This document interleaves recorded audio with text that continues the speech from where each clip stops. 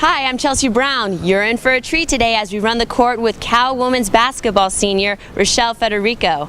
Welcome to your January 19th edition of This Week in Cal Athletics. The Bears have a huge week ahead as the campus welcomes back students for the spring semester. Cal will take on two of its Pac-10 rivals this week, tipping off against 11-4 USC on Thursday at 7 p.m. before it faces 15-1 UCLA on Saturday at 2 p.m. Expect both games to be exciting with players lighting up the perimeter as well as that quick transition game that the Pac-10 is known for. The Bears currently hold a 10-6 overall record and have won some remarkable games this season. One thing is for certain, when this group of ladies are firing on all cylinders, they have enough energy to light up the entire Bay Area. They'll need that energy as they look to light up the Trojans and the Bruins. I had a chance to talk with senior guard Rachelle Federico earlier this week. Here's our conversation. Rachelle, thanks for joining us today. As a senior, you now have the ability to lead a talented team. Right. You've also had the opportunities to play with some Cal greats, Devin A. Hampton, Ashley Walker, Alexis Gray-Lawson. What have you found to be the key to success at this point in the season? You know, the key to success is from being, in a situation where you were led by some, great leaders, and the key is how do you translate that message to the younger group, especially a talented young group. And I think we've had great talks over the past, couple 14, 15 games we played, and we always keep in contact with each other. How are we doing?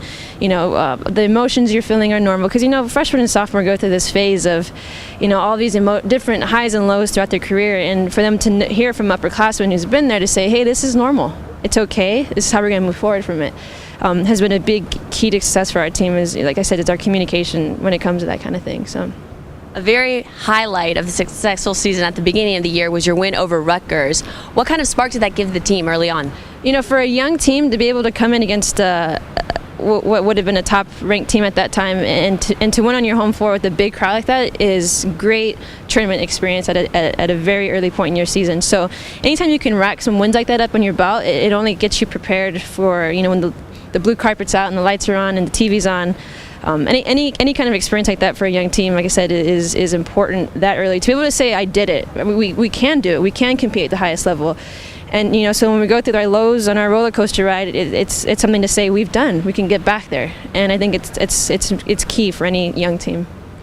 Now, Rachelle, most teams have one or two players that provide all the inside and outside scoring and rebounding. Your team's a little more unique, right, and that multiple players have stepped up in times of need. What has the dynamic been, and how has it been special and attributed to your success?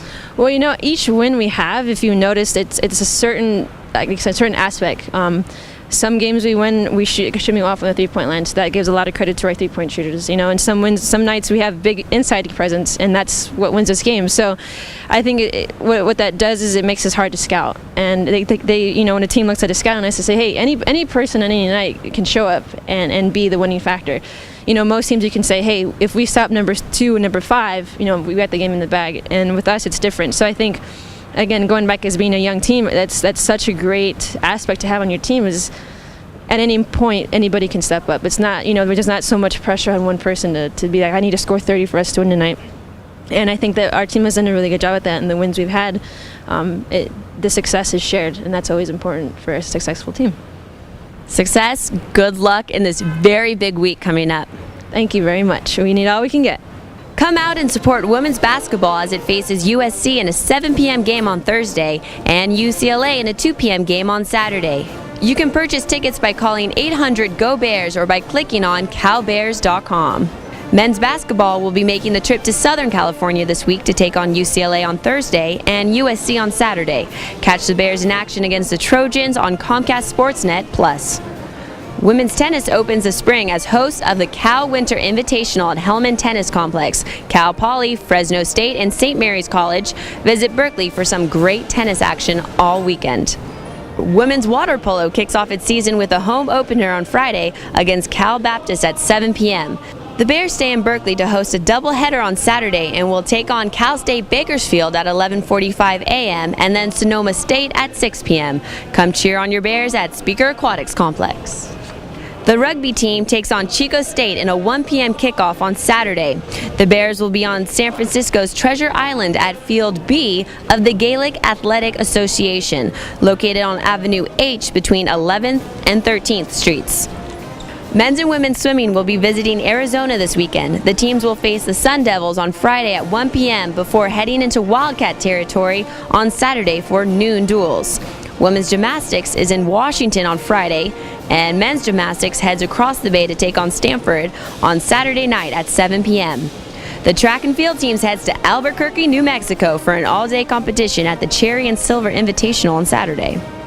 Remember, you can watch the Cal Sports Report on Comcast Sportsnet California every Wednesday. Check your local listings for availability. You can listen to Cal on the airwaves at KNEW 910 AM every Monday evening from 6 to 7 p.m. on the Cal Coaches Corner with host Todd McKim. Click above to see the CalBears.com composite schedule for a listing of all Cal events. And if you haven't already, check out the new CalBears.com Bear blog. Now remember to make some time in your schedules to come watch all the big home games that are happening this week. Thank you for tuning in to This Week in Cal Athletics, and as always, we'll see you next week. Go Bears!